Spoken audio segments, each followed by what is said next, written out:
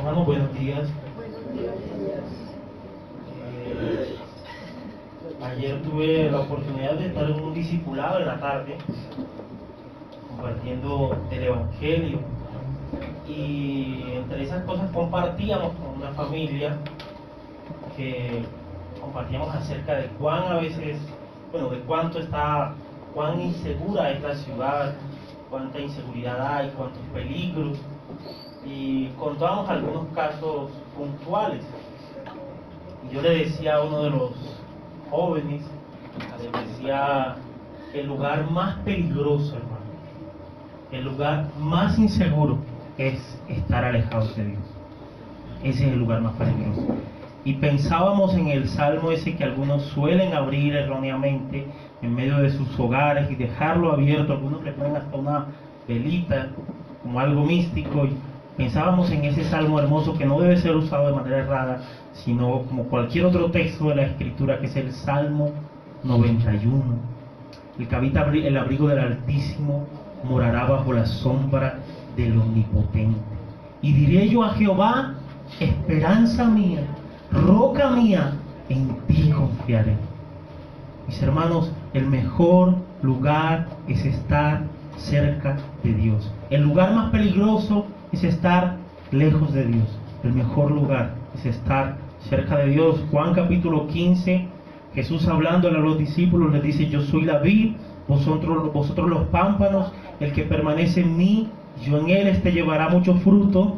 Más adelante dice: porque alejados de mí nada podéis hacer. Así que, mis hermanos, oremos. Eso más adelante va a tener que ver con la enseñanza, pero no lo tenía escrito en los apuntes. Así que vamos a orar para que el Señor sea ayudándonos en esta mañana. Padre bueno, gracias, bendito Rey, gracias por tu fidelidad, gracias por tu gran amor, Señor amado, gracias porque tú eres bueno, porque tú eres misericordioso, Señor.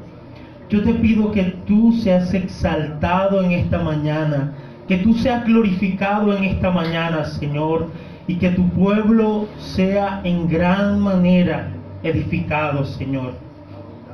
Aún te pido por aquellos que aún no te conocen, Señor, para que sus ojos, sus mentes, su vida, Señor, sea abierta y ellos puedan ver al Dios de las Escrituras, puedan ver al que vive y reina por los siglos de los siglos, Señor. Yo te pido que tú te glorifiques, te pido que uses mi vida para la gloria de tu nombre, como lo diría aquella canción, Señor. Usa mi vida como lo quieras tú, pero que esta sea mi canción. Mi gloria eres tú, Señor. Mi gloria, nuestra gloria eres tú, Señor. Ayúdanos, Padre de la gloria, a declarar junto con el salmista: no a nosotros, oh Dios, sino a tu nombre sea dada la gloria, Señor, a tu nombre sea dada la gloria, Señor. Este tesoro, este evangelio ha sido derramado en vasos de barro para que la excelencia del poder sea tuya y no de nosotros, Señor. A ti la excelencia, a ti la gloria, Señor, y tú puedas derramarte en esta mañana de una manera gloriosa y poderosa. Que tu palabra sea como fuego, que tu palabra sea como martillo que despedaza la piedra en esta mañana. Que tu palabra corra y sea glorificada. Que tu palabra, Señor, sea como espada de doble filo que penetra lo más profundo de nuestros corazones. Dame claridad, dame sabiduría para exponer tu palabra con fidelidad, Señor. Y mientras tu palabra sea expuesta, tu Espíritu Santo sea obrando en cada uno de nuestros corazones. En el nombre de Jesús, amén y amén. Mis hermanos, abramos nuestras Biblias en el libro de Amós, capítulo ¿qué? 8.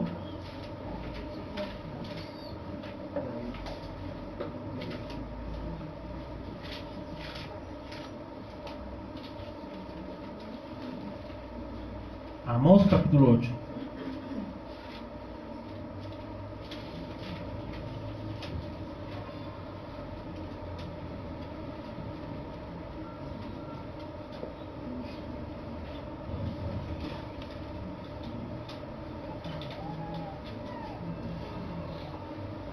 Mis hermanos, voy a leer un verso, ustedes leen el otro. Dice, ¿ya están allí? Amós capítulo 8. Vamos a leer a partir del versículo 4. Oíd esto, los que explotáis a los menesterosos y arruináis a los pobres de la tierra.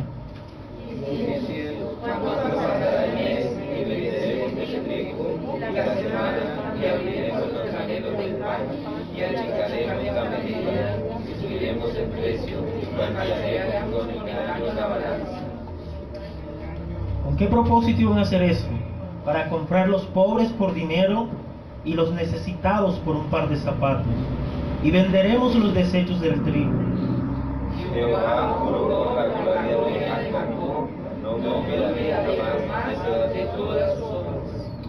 ¿No se estremecerá la tierra sobre esto?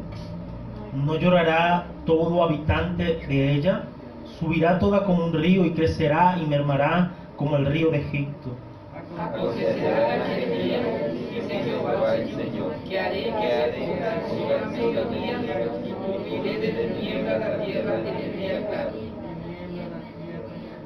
Y cambiaré vuestras fiestas en lloro, y todos vuestros cantares en lamentaciones, y haré poner cilicio sobre todo lomo, y que se rape toda cabeza, y la volveré como en llanto de unigénito, y su postrimería como día amargo.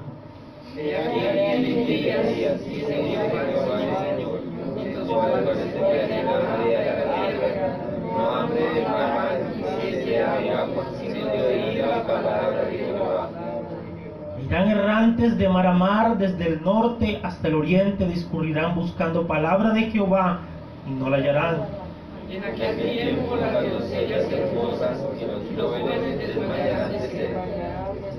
Los que juran por el pecado de Samaria y dicen, por tu Dios Odán y por el camino de Berseba, caerán y nunca más se levantarán. El Señor añada bendición a su bendita palabra. Mis hermanos, seguimos hablando acerca del libro de Amós y seguimos hablando acerca del tema del juicio. La pregunta es, ¿por qué el tema del juicio se repite una y otra vez en el libro de Amós? ¿Por el pecado? ¿Por qué más? La desobediencia, la idolatría.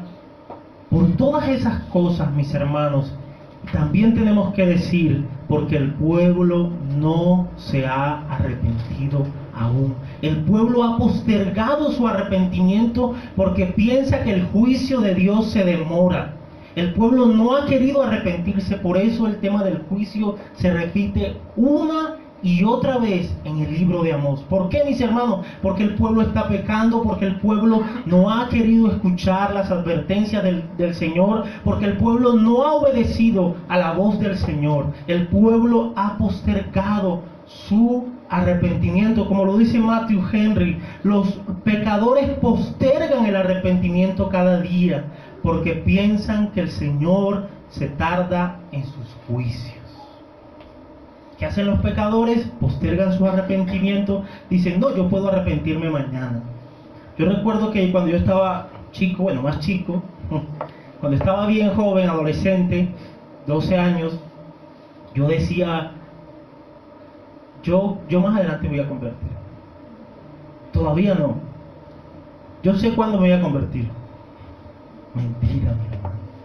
Mentira, maldad, mentira del enemigo. Era mi maldad allí, postergando el arrepentimiento. Yo pensaba que podía arrepentirme mañana, pero mañana podría ser demasiado tarde, porque la Biblia dice que hay esperanza para aquellos que están entre los vivos. Una vez ya muerto, grave, mis hermanos, ya no hay esperanza. Así que los pecadores, estos hombres que aparecen, este pueblo que aparece en el libro de Amós, postergaban su arrepentimiento, porque pensaban que Dios se tardaba en sus juicios. Como decía el pastor Edgar hace 8 días, pensaban que Dios estaba alcahueteando su pecado. No era que Dios estaba alcahueteando su pecado, era la paciencia de Dios esperando que este pueblo se arrepintiera, pero aún no se había arrepentido. Por lo tanto, Dios seguía derramando su juicio. Por lo tanto, el profeta Amós seguía hablando de juicio y seguimos hablando de juicio. Aplicación, mis hermanos. No posterguemos el arrepentimiento, no posterguemos el arrepentimiento como lo hizo este pueblo. No sea que caigamos en decadencia moral, social y espiritual, como vamos a ver que este pueblo cayó. Hoy vamos a ver, mis hermanos, cuán peligroso es estar fuera de Dios, cuán peligroso es alejarse de Dios. Hoy vamos a ver las consecuencias de alejarse de la mayor fuente de nuestro bien, que es Dios mismo. Así que con eso en mente, leamos el versículo 4. ¿Qué dice? Que los explotáis a los menesterosos y arruinarás a los pobres de la tierra. Oíd esto, los que explotáis a los menesterosos y arruináis a los pobres de la tierra. Noten cómo lo dice la Nueva Traducción Viviente. Dice: escuchen esto, ustedes que roban al pobre y pisotean al necesitado. El verso comienza diciendo: oíd esto. El verso Amós hace una alusión o se dirige a los comerciantes codiciosos del reino del norte. ¿A quién se dirige el profeta Amós? A los comerciantes codiciosos del reino del norte. ¿Y cómo les dice, mis hermanos? Oíd esto. Oíd esto, los que explotáis. Así que se dirige a los comerciantes codiciosos y dice que esos comerciantes hacían ¿qué? ¿Explotaban a quiénes? A los menesterosos o a los necesitados. Estos hombres explotaban a los necesitados. Pero es interesante saber qué significa explotar. Miren lo que significa explotar. La palabra explotar literalmente es jadear, que significa respirar dificultosamente corriendo detrás de una presa. También puede traducirse como pisotear o exprimir. Es como si estos ricos, como si esos comerciantes que nos habla el texto, vieran a aquellos pobres como una presa y corrieran detrás de ellos ansiosamente, tan ansiosamente que su respiración fuera dificultosa. Corrieran detrás de los pobres hasta atraparlos, pisotearlos y exprimirlos. Esa es la idea que da la palabra en el original. Si notan, mis hermanos, la maldad tan tremenda que expresa la palabra explotar en el original, si notan la intención malvada que había en aquellos comerciantes, ellos querían explotar, veían a aquellos pobres de la sociedad como una presa, delante de la cual debían salir corriendo tan fuertemente hasta que su respiración fuera dificultosa, hasta atraparlos, exprimirlos y pisotearlos. Tremendo, mis hermanos, tremendo. Pero no solamente ellos explotaban al pobre, sino ¿qué hacían? ¿Qué hacían, hermano? Arruinaban también al pobre. La palabra arruinar tiene el sentido de aniquilar o eliminar. Mis hermanos, estos comerciantes codiciosos tenían algo bien claro en sus mentes: hacer que el pobre se hiciera más pobre hasta eliminarlos. Esa era la intención de esos comerciantes que nos está hablando el texto. Un comentarista dice lo siguiente: su comportamiento, el comportamiento de estos hombres, su comportamiento resultaba en un auténtico genocidio con los pobres de la sociedad. Mis hermanos, ellos tenían una intención: eliminar a los pobres de la sociedad. ¿Notan, mis hermanos, las intenciones malvadas que manifiestan estas dos palabras, explotar y arruinar? ¿Notan las intenciones que había en el corazón de estos hombres? Aplicación, mis hermanos, hay que decir que la raíz del problema de aquellos hombres, ¿cuál era? El amor al dinero. La Biblia dice, mis hermanos, que amor al dinero es raíz de todos los males. El dinero no es una maldición. El dinero es una bendición, pero el amor al dinero, mis hermanos, puede traer consecuencias terribles y nos puede llevar a hacer cosas terribles como estos hombres estaban haciendo. ¿Cuántas personas matan, mis hermanos, por amor al dinero? ¿Cuántos sicarios matan por pocos pesos? ¿Cuántos cónyuges matan a su pareja? De esto ella lo había escrito el martes, pero me enteré por ahí una noticia que un colombiano posiblemente terminó matando a una chilena con el fin de quedarse ¿con qué? Posiblemente con el seguro que había sido puesto a su nombre. ¿Hasta dónde lleva el amor al dinero una persona? ¿Recuerdan el caso de Jesús que hizo Judas por 30 monedas de plata? Entregó a un hombre inocente llamado Jesús, llamado Cristo. Lo entregó, mis hermanos, por 30 monedas de plata. Como les digo, el dinero no es una maldición, pero el amor al dinero nos puede llevar incluso a rechazar a Cristo, como lo hizo el joven rico. ¿Recuerdan aquel joven rico que dijo: yo los mandamientos, ¿sabes? Sí, Señor. ¿Los has cumplido? Sí, Señor, desde mi juventud. Ah, bueno, vende todo lo que tiene y sigue. ¿Qué hizo? Le dolió en su corazón, mis hermanos, pero rechazó a Cristo. No le siguió. No le siguió. Mis hermanos, el amor al dinero incluso se puede convertir en un Dios con la firme intención de ponerse a la par con el Dios verdadero. Por eso se hace necesario que en uno de los sermones más famosos, como el Sermón del Monte, Mateo capítulo 6, versículo 24, Jesús deja por sentado una enseñanza tremenda. Él dice: no podemos servir a dos señores, porque aborreceremos a uno y amaremos al otro. No podemos servir a las riquezas y al Señor. O servimos a una o servimos a la otra. El Señor deja por sentado eso, mis hermanos, porque es necesario que solamente sirvamos al que vive y reina por los siglos de los siglos. Así que Dios nos libre, mis hermanos. Dios nos guarde del amor al dinero y de los peligros que trae el amar el dinero. ¿Qué dice verso 5?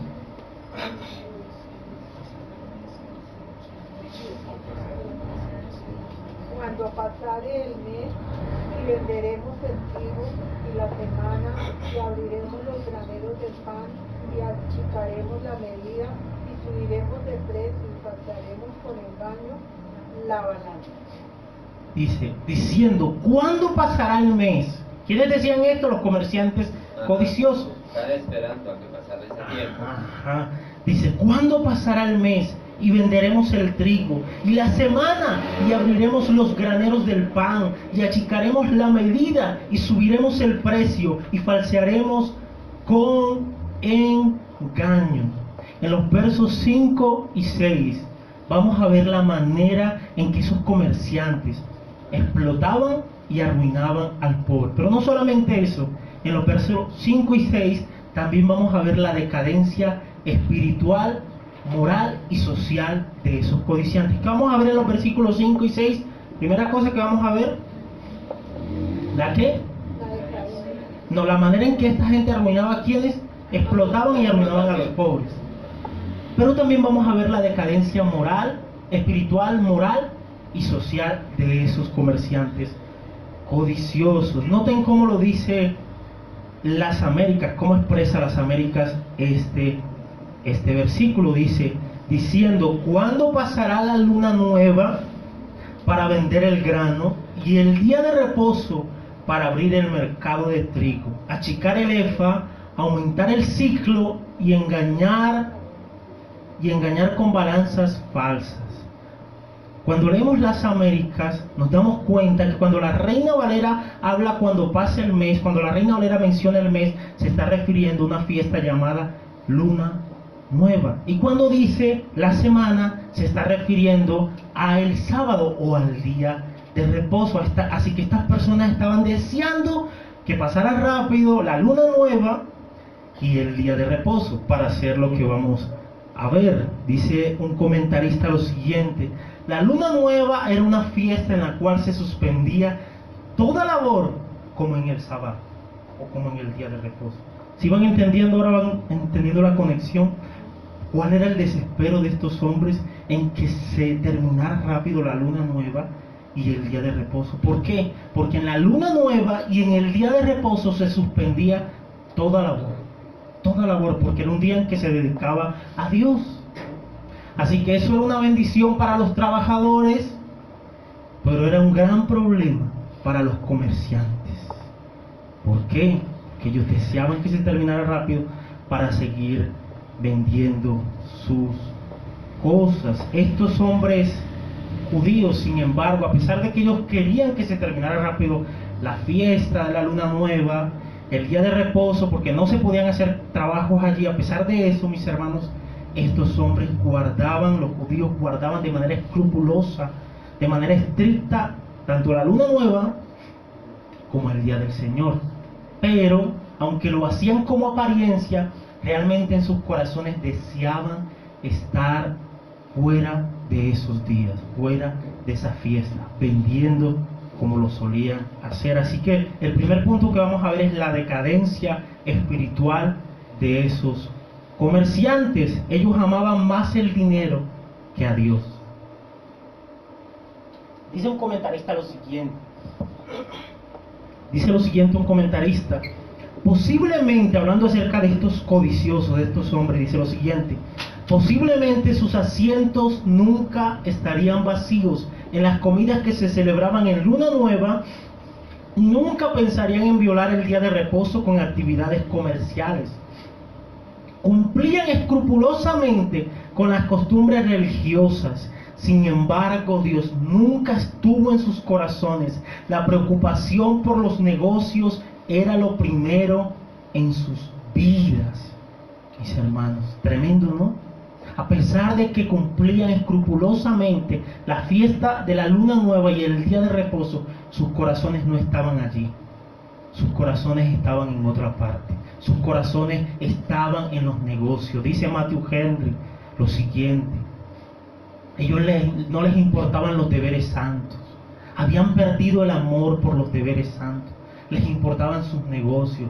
Los negocios de este mundo valían más para ellos que las cosas santas.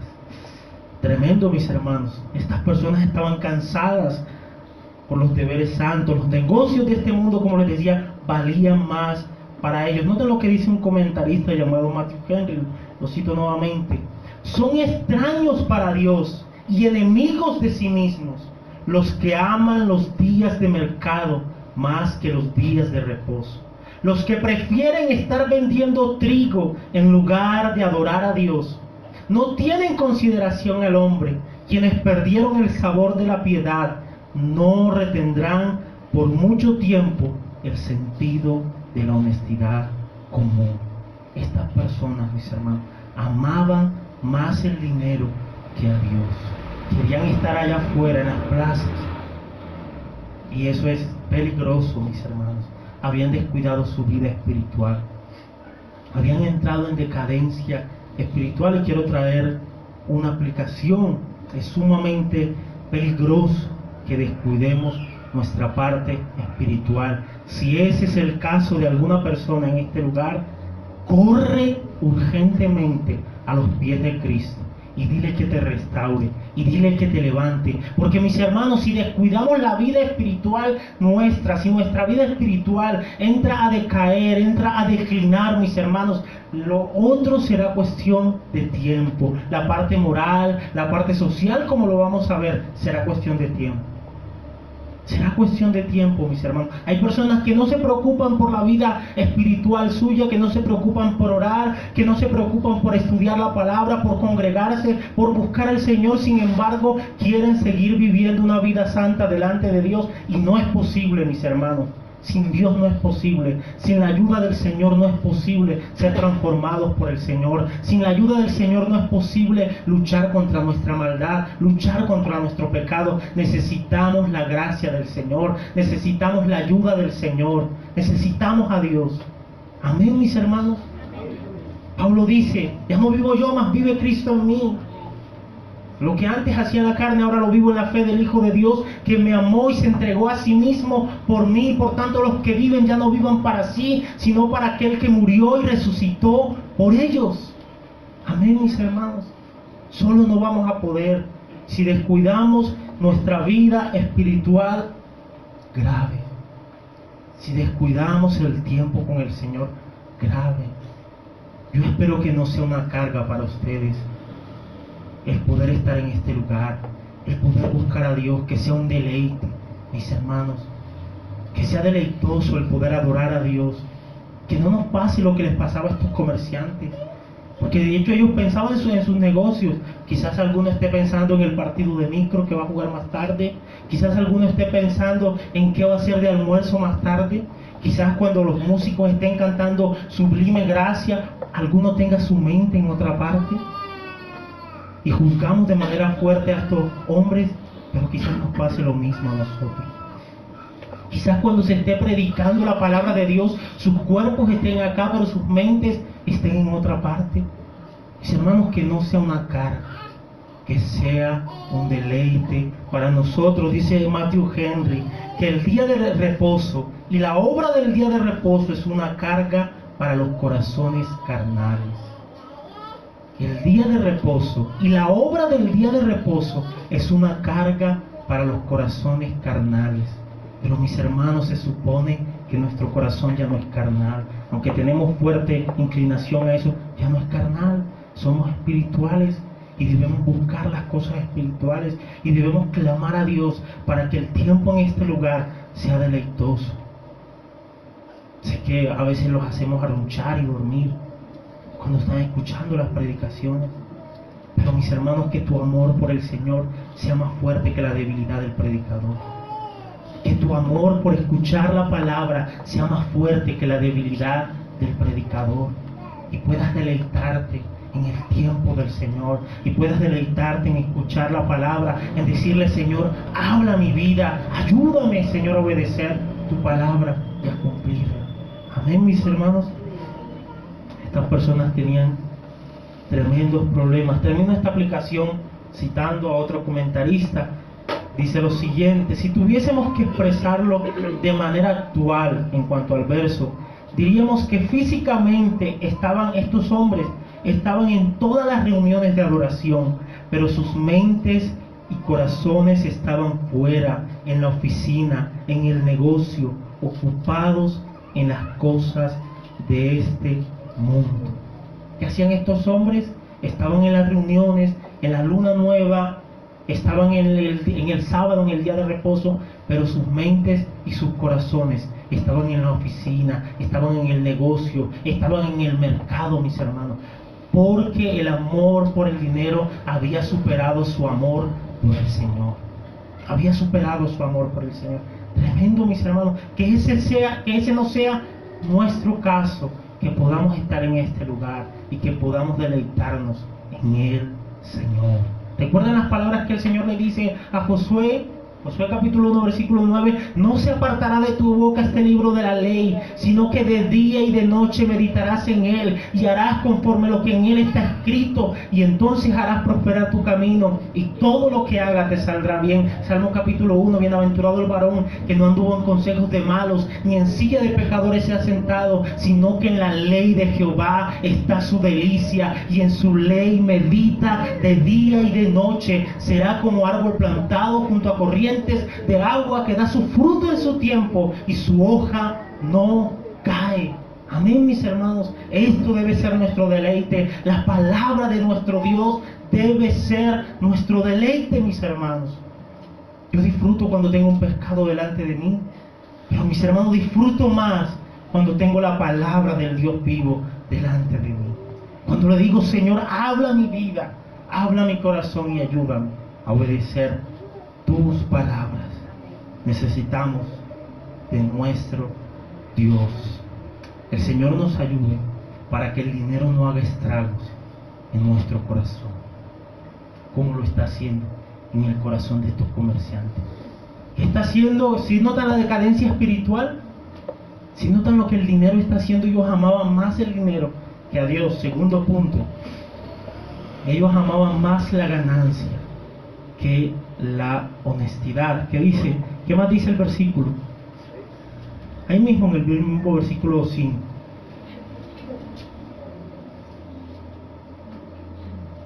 Dice, diciendo, ¿cuándo pasará el mes? ¿Y venderemos el qué? El trigo y la semana, y abriremos los graneros del pan, y achicaremos la medida, y subiremos el precio. Ellos querían achicar, dice, achicaremos la medida y subiremos el precio, y falsearemos con engaño la balanza. Mis hermanos, el dinero había dañado tanto el corazón de estos comerciantes que habían llegado a ser deshonestos e injustos con sus ventas o en sus ventas.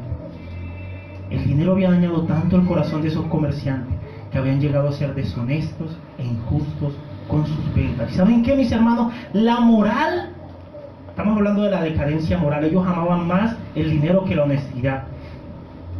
La moral de ellos estaba por el piso. El sentido de lo bueno, de lo justo y de lo injusto ya no estaba en medio de ellos. No tenían sentido de lo bueno, habían perdido el sentido de lo bueno, habían perdido el sentido de lo malo, habían perdido el sentido de lo justo y de lo injusto, mis hermanos.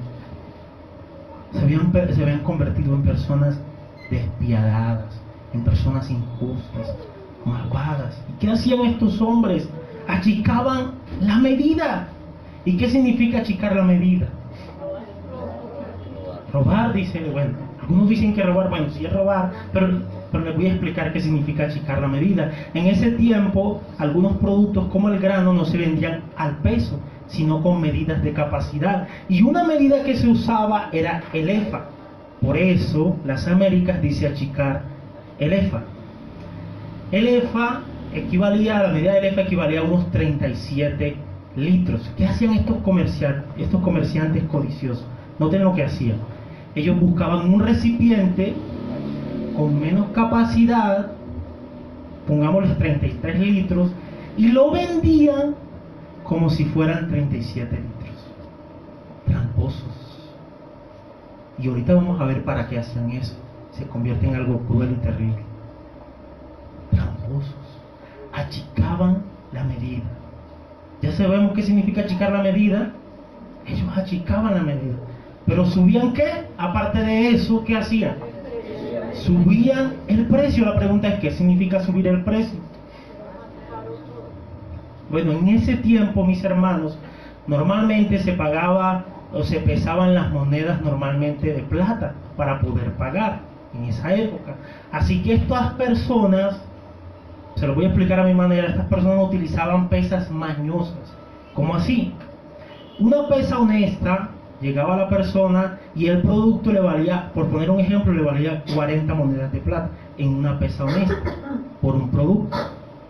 En una pesa mañosa que usaban estos hombres, el mismo producto le valía 50 monedas de plata, por poner un ejemplo. Ellos desnivelaban la pesa a su favor. Tremendo, ¿no? Lo que hacían. No solamente achicaban la medida, hacían trampa, sino que subían el precio. Ellos pensaban demasiado en ellos y poco en los pobres. Mis hermanos, ellos no eran honestos, eran injustos, eran deshonestos, inmorales. ¿Su moral cómo está, mis hermanos? Por el piso.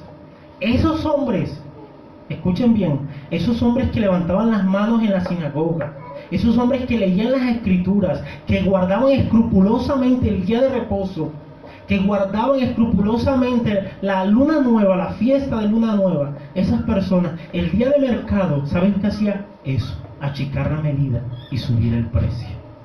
Tremendo, ¿no? Eran una persona en las sinagogas y otros en el mercado. Unos unos en la iglesia, digamos así, y otros como vendedores. Tremendo, mis hermanos. Tremendo lo que hacían estas personas. Y no solamente hacían eso, ¿qué hacían más? ¿Falseaban qué? Se me va el tiempo. Dice, ¿qué más dice? ¿Falsearemos con engaño qué? Puede referirse a trucar la propia balanza, desnivelándolo, sencillamente es una frase o expresión que hace referencia a todo tipo de engaño. Estas personas engañaban a esos pobres. Y saben, con completo conocimiento de lo que dice la palabra, en contra de lo que dice la palabra. Yo quiero que si alguien me puede ayudar, me puede hacer el favor de leer una cita en voz alta, Deuteronomio capítulo 25, versículo 13 al 16. Deuteronomio 25, 13 al 16. 6 días trabajarás y harás toda tu obra, mas el séptimo día es de No, reposo. Deuteronomio 25, 13. 13. No tendrás en tu bolsa pesa grande y pesa chico, ni tendrás en tu casa efa grande y efa pequeño. Pesa exacta y justa tendrás, efa cabal y justo tendrás, para que tus días sean prolongados sobre la tierra que Jehová tu Dios te da. Si notan, mis hermanos, lo claro que es el Señor, lo claro que Dios había sido con este pueblo, sin embargo este pueblo estaba actuando en completa rebeldía y en completa desobediencia a la palabra de Dios. Ellos sabían que debían tener la medida correcta, la medida justa. Ellos sabían que no debían hacer trampa, porque la palabra de Dios se los dijo claramente, mis hermanos. Sin embargo, ¿qué hacían? No les importaba, mis hermanos. No les importaba. Ellos sabían que eso era abominable, era detestable delante de los ojos del Señor. Sin embargo, no les importaba. Dice Matthew Henry, estos hombres hacían que el comercio fuera abominable delante de los ojos de Dios. Tremendo, ¿no? ¿Es malo trabajar? No. ¿Es malo ser comerciante? No. Pero sí es malo lo que ellos estaban haciendo. Muy malo, mis hermanos. Muy malo. Estaban robando, como decían por acá, pero lo hacían de una manera cruel y terrible, de una manera sutil y malvada. Verso 6. Para comprar los pobres por dinero y los necesitados por un par de zapatos, y venderemos los desechos del trigo. Noten cómo lo dice la Nueva Traducción Viviente. Dice: y el grano que vendían lo mezclan con desechos barridos del piso. Por una moneda de plata o por un par de sandalias convierten en esclavo a los pobres. Y ahora vamos a ver un tercer punto. Ya vimos la decadencia espiritual. Estos hombres amaban más el dinero que a Dios. Ya vimos la decadencia moral. Estos hombres amaban más el dinero que la honestidad. Ahora vamos a ver la decadencia social de estas personas. La decadencia social de estos comerciantes. Amaban más el dinero que a su prójimo.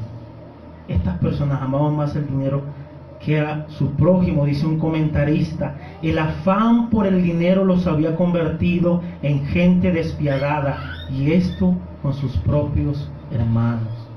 El amor al dinero los había convertido en gente malvada y despiadada, y con su propio prójimo, mis hermanos, con sus propios hermanos. Tremendo, ¿no? Tremendo lo que hace el dinero. Recuerdo haber escuchado rápidamente un hermano de carne explotar a su propio hermano, mis hermanos, pagándole algo muy miserable y poniéndolo a trabajar de sol a sol. Posiblemente eso esté sucediendo en este momento. Tremendo, ¿no? Tremendo.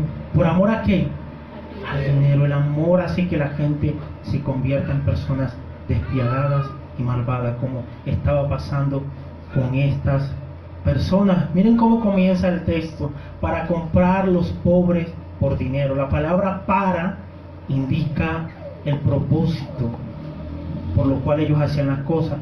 Pero así que tenemos que pensar en el versículo anterior. Ellos achicaban la medida, que ya sabemos que es achicar la medida. Ellos subían el precio, ellos falseaban la balanza, desnivelándola.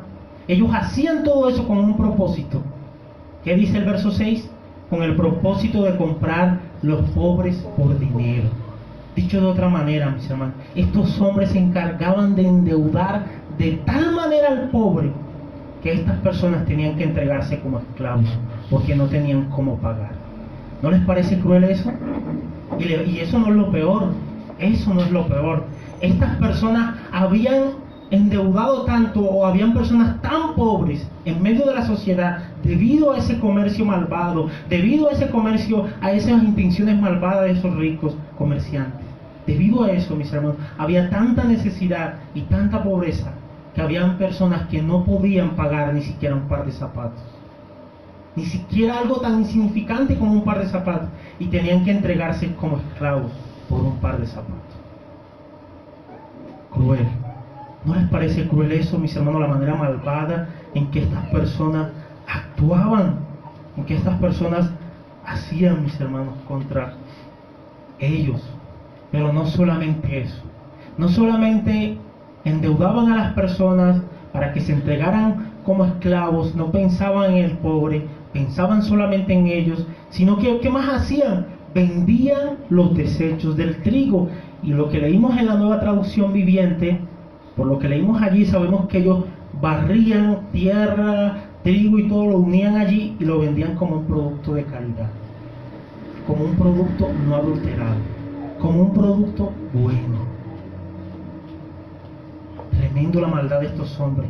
Por un lado y por el otro le hacían daño a su prójimo y no les importaba, no les importaba. Actuaban de una manera malvada y de una manera cruel contra su prójimo.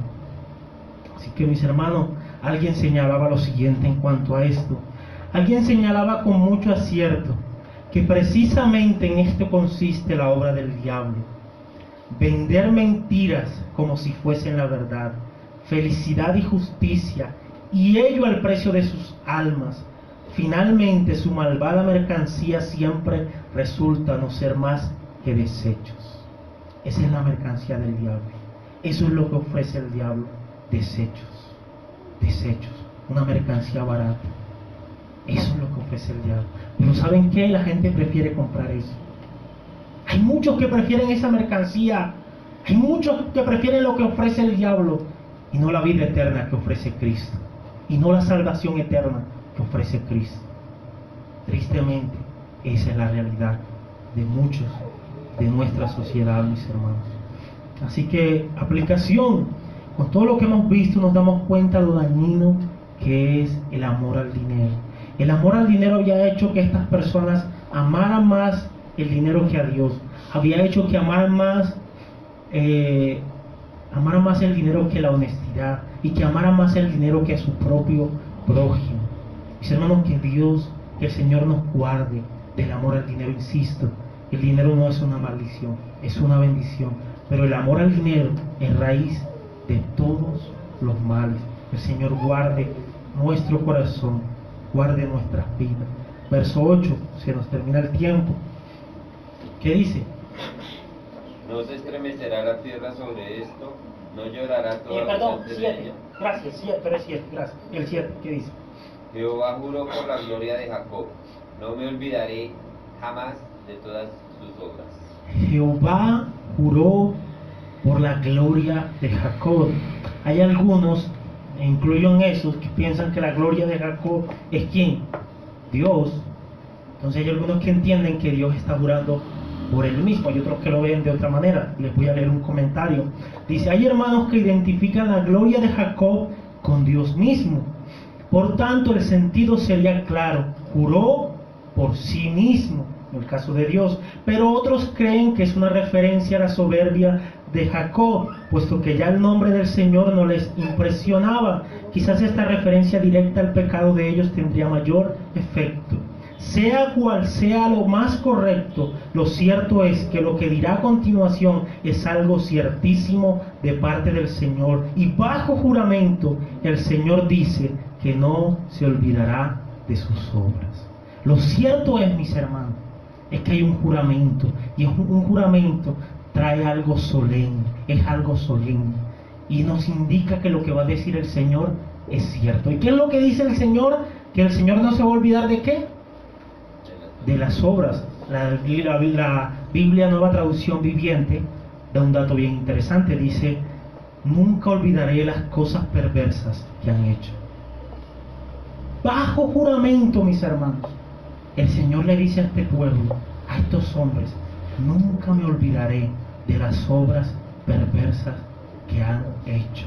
Hay personas que piensan que el tiempo puede borrar sus pecados. Hay personas que piensan que un mes, un año, 3 años puede borrar el pecado. De hecho, hay hombres, hay mujeres, hay personas que no acostumbran a pedir perdón porque piensan que a los 2 días ya todo está bien, todo está solucionado y ven hijo, ven mi amor, nada, no ha pasado nada. No. Si ha pasado, mis hermanos. Si hay un pecado detrás de todo eso, el tiempo no puede borrar nuestros pecados. El tiempo no puede borrar el pecado de ningún ser humano. Lo único que puede borrar nuestro pecado es la sangre preciosa de Cristo Jesús. Solamente. El tiempo no. El tiempo no borra nuestro pecado. El único que borra nuestro pecado es Cristo Jesús. Así que diría alguien, esto nos recuerda que el tiempo nunca puede borrar el pecado. Con frecuencia sentimos que si nosotros u otros olvidan los pecados de nuestra juventud, entonces a Dios se le han de olvidar, pero no es así. Solo la obra propiciatoria de Jesús puede cubrir el pecado, el tiempo no. El tiempo no lo puede cubrir, es Cristo quien puede borrar nuestro pecado. Mis amigos, quiero decirles con amor a los amigos que nos acompañan, con amor, tus pecados el tiempo no los puede borrar. Tus muchos pecados aún siguen delante de Dios y han de ser castigados por el Señor. La ira de Dios ha de ser derramada si no te arrepientes. El tiempo no puede borrar tus pecados, pero hay una buena noticia: la sangre de Cristo sí lo puede hacer. La Biblia dice que no hay condenación para aquellos que están en Cristo Jesús.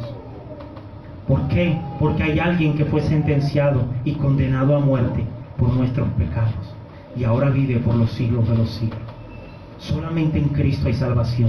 Solamente poniendo nuestra fe en Cristo, nuestros pecados pueden ser borrados. Solamente, mis hermanos. Le compartía el evangelio a alguien ayer y le decía: tú puedes ser el más piadoso, tú puedes ser la persona con mejor conducta, puedes portarte bien con tu esposa, puedes llevar mercado a los pobres, pero si no pones tu fe en Cristo, te irás al infierno. Si no pones tu fe en Cristo. El poner nuestra fe en Cristo cambia nuestras vidas y transforma nuestro corazón. Pero lo primero debe ser poner nuestra esperanza y nuestros ojos en el autor y consumador de la fe. Amén. Que ese es Cristo Jesús. Alguien decía: el Señor no olvida ni pasa por alto los pecados de los no arrepentidos. El Señor no olvida ni pasa por alto el pecado de los no arrepentidos. Pero arrepiéntete y vuélvete a Cristo. Verso 8: ¿no se estremecerá la tierra sobre esto? ¿No llorará todo habitante de ella? Y subirá toda como un río y crecerá y mermará como el río de Egipto. Hay 2 maneras de ver este verso, mis hermanos: una manera literal y una manera figurada. Si viéramos el verso de manera literal, podríamos decir que el verso está hablando de un terremoto y que ese terremoto va a traer consecuencias terribles a esas personas, que ese terremoto va a llevar a estas personas al llanto, al lloro y al lamento. Y que no solamente eso, que también va a haber una inundación terrible por el río de Egipto o el río Nilo, que se subirá y se desbordará y traerá desastres tremendos. Alguien lo dirá de esta manera: subirá toda se refiere a la destrucción que se asemeja también a la inundación de Egipto o al Nilo, cuando crece hasta desbordar. Aunque su acción no es tan súbita como un choque de un terremoto, la inundación es no menos devastadora e irresistible. Es como si la misma naturaleza compartiera el sentimiento de ira de Dios. O como dice un comentarista, es como si la propia naturaleza se estuviera rebelando ante el peso de tanta maldad. Tremendo. Esa es una manera de ver el verso. Una manera literal: un terremoto trae consecuencias, una inundación trae consecuencias, pero hay una manera figurada de ver el texto. Si viéramos el verso de una manera figurada, diríamos que esos fenómenos naturales no son reales, sino una ilustración de la ira de Dios, de la terrible ira de Dios. Cualquiera sea, mis hermanos, cualquiera sea la manera en que veamos el texto, ya sea de manera figurada o de manera literal, ¿saben qué es lo más terrible? La ira de Dios está presente. La ira de Dios está presente.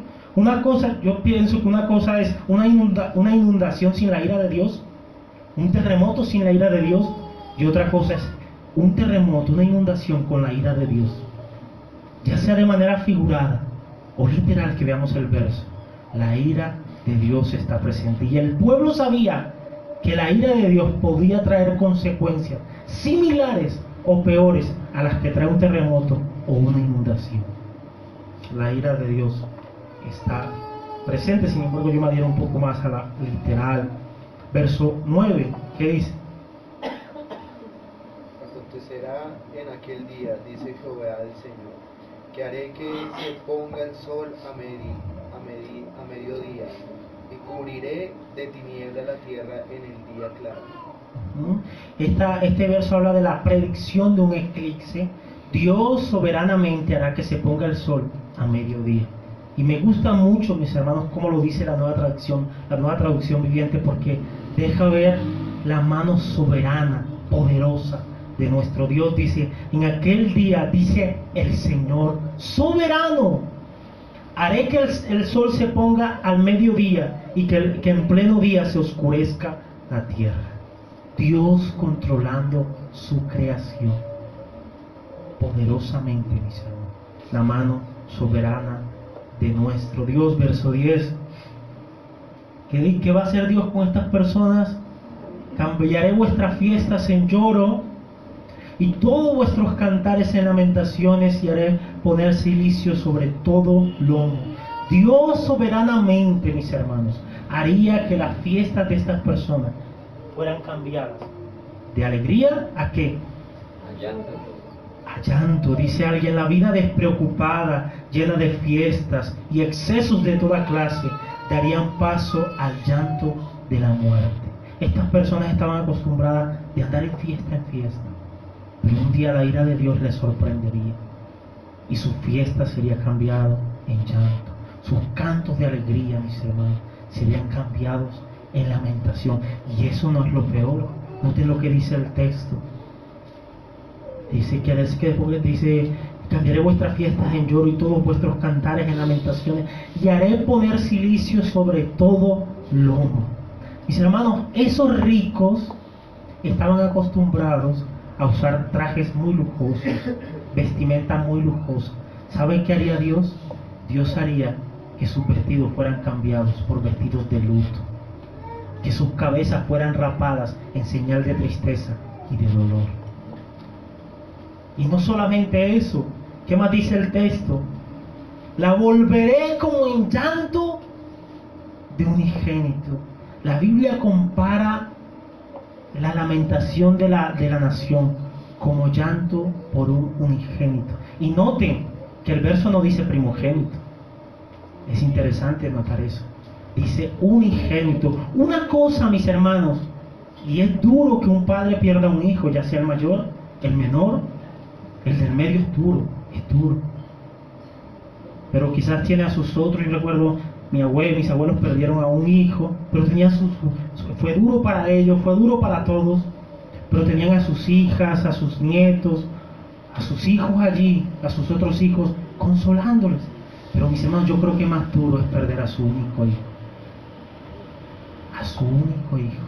Y Dios compara el dolor que esta nación experimentaría con el dolor que unos padres sienten por perder a su único hijo.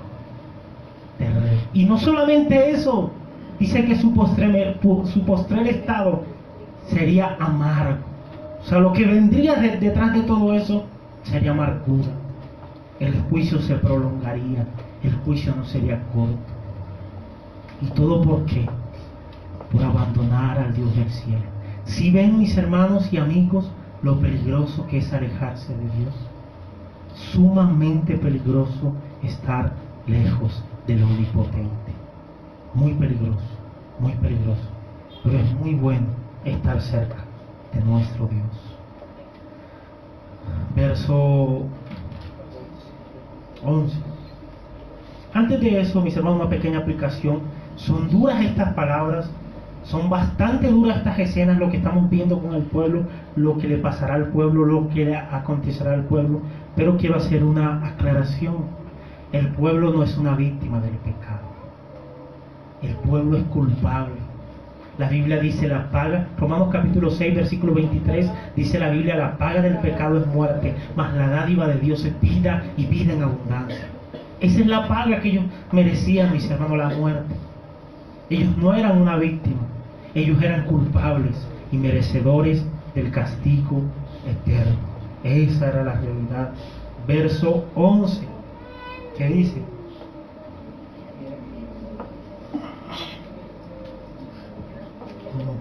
He aquí, vienen días, dice Jehová el Señor, en los cuales enviaré hambre a la tierra, no hambre de pan, ni sed de agua, sino de oír la palabra de Jehová. Amén. Me da ganas de que el reloj se devuelva y comiencen las 9 nuevamente. De aquí vienen días, dice Jehová el Señor, en los cuales enviaré hambre a la tierra, no hambre de pan ni de sed de agua, sino de oír la palabra de Dios. Dios enviaría un hambre, y el texto aclara de qué hambre está hablando. Hambre espiritual, hambre de Dios. Hambre de Dios, hambre de la palabra de Dios. Mis hermanos, si sacáramos ese texto de contexto, fuera algo bien grave. Así a simple vista, sin pensar en el contexto, no pensemos en el contexto, simplemente en el versículo, podríamos pensar que esas palabras suenan muy hermosas. Wow, el Señor enviará hambre, sobre todo cuando algunos han orado de esa manera. Yo he orado y no está mal. Yo he orado al Señor, mis hermanos, que me dé hambre de su palabra. Quizás algunos de ustedes también lo han hecho, pero no podemos sacar ese texto por nuestra oración y por nada de lo que hayamos hecho. No podemos sacar ese texto de su contexto. Esas palabras no son una promesa. Esas palabras son palabras de juicio contra aquel pueblo. No son una promesa, son palabras de juicio. Alguien diría lo siguiente: qué juicio tan extraño, ¿cierto? Qué juicio tan extraño. ¿Desde cuándo hambre de oír la palabra de Dios puede considerarse un castigo? La respuesta es: desde el momento en que esa hambre existe y no puede ser satisfecha. Desde el momento en que esa hambre existe y no puede ser satisfecha. Yo no sé ustedes, pero yo he experimentado una vez yendo a República Dominicana cuando iba a estudiar. No hice el cambio en dólares acá en Bogotá como debía hacerlo. Llevaba los pesos colombianos allá y no sirven de nada ya los pesos colombianos. Y recuerdo que el hermano me dijo en la terminal, yo tenía que viajar 2 horas, y el hermano me dijo: ¿quieren comer algo? Ya él me había comprado los pasajes, menos mal. Él me había comprado los pasajes hacia la otra ciudad. Él me dijo: ¿quiere algo de comer? Yo dije: no, hermano, tranquilo, tenía hambre, pero había desayunado porque me daba miedo que me vomitara en el avión. Solamente había desayunado, no había almorzado. Ya eran las 5 de la tarde, imagínense. Y llegaba a las 10 de la noche a la otra ciudad. Y claro, yo después cuando iba a comprar, no, me di cuenta que no servía el dinero, y el hambre que sentí fue bien tremendo. Yo recuerdo que aquel argentino nunca se me olvidará cuando me recibió con comida cuando llegué a Santiago. Mis hermanos, es duro tener hambre y que no pueda ser satisfecha. Estas personas tenían hambre, pero no podían ser satisfechas. Algunos piensan que el significado de estas palabras es que Dios iba a retirar sus profetas de Israel, pero el verso no dice eso. Algunos piensan que Dios iba a retirar su palabra, que Dios iba a retirar sus profetas, que ya no iban a haber predicadores, pero el verso no dice eso, mis hermanos. El verso dice que iba a enviar hambre de oír la palabra de Dios. Probablemente el juicio consiste en que perderían toda capacidad espiritual para escuchar y entender la palabra de Dios. Miren lo que dice un comentarista: la palabra de Dios puede todavía ser pronunciada, los profetas están hablando todavía, los escritos son todavía leídos, pero el pueblo no oye las voces.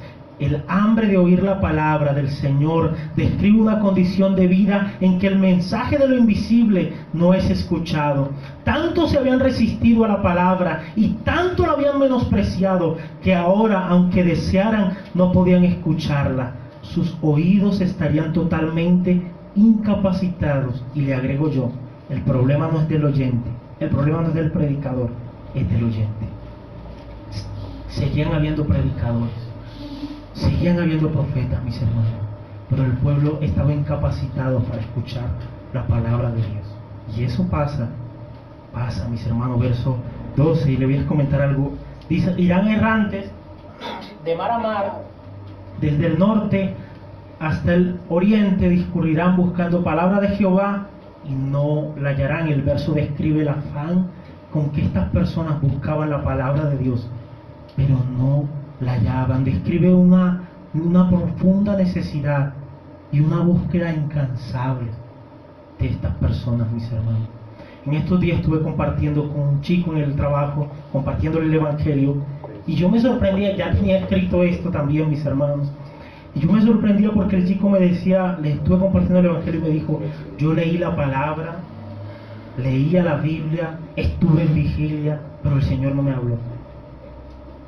Así decía. ¿Sí notan? Yo me acordaba de este verso. Incapacitados, a pesar de que la escuchaban, a pesar de que la leían, no podían entenderla, mis hermanos. Él decía, yo leí la palabra, de hecho me fui de polo a polo, estuve en una vigilia, pero Dios no me habló, Dios no me llenó. Yo decía, ¿en serio, de verdad? Sí, en serio, paisano, me decía él. Sus oídos, sus ojos estaban vendados. Si notan esa hambre, mis hermanos, un hambre que no puede ser satisfecha. Él dice, yo sé que tengo un vacío, pero eso no lo pudo llenar. ¿Sí ven, mis hermanos? Estas personas sentirían un vacío, irían errantes de mar a mar, de polo a polo, buscando la palabra de Dios, pero no la hallarían. En eso consiste el castigo. Verso 13. Aún los más fuertes de la sociedad decaerían, aún los más fuertes. ¿Qué dice la Biblia? La gloria de los jóvenes es ¿qué? Su fuerza, dice Proverbios. Así que miren lo que habla el texto de hombres, de personas fuertes, o que se supone que son fuertes. No que se supone, la Biblia dice que la gloria de los jóvenes es su fuerza. Los jóvenes son fuertes. Pero miren lo que pasaría con los más fuertes de la sociedad. Verso 13. En aquel tiempo las doncellas hermosas y los jóvenes desmayarán de sed. Y ya sabemos de qué sed estamos hablando. De la palabra de Dios. Aún los más fuertes de la sociedad caerían. Verso 14. Terminamos.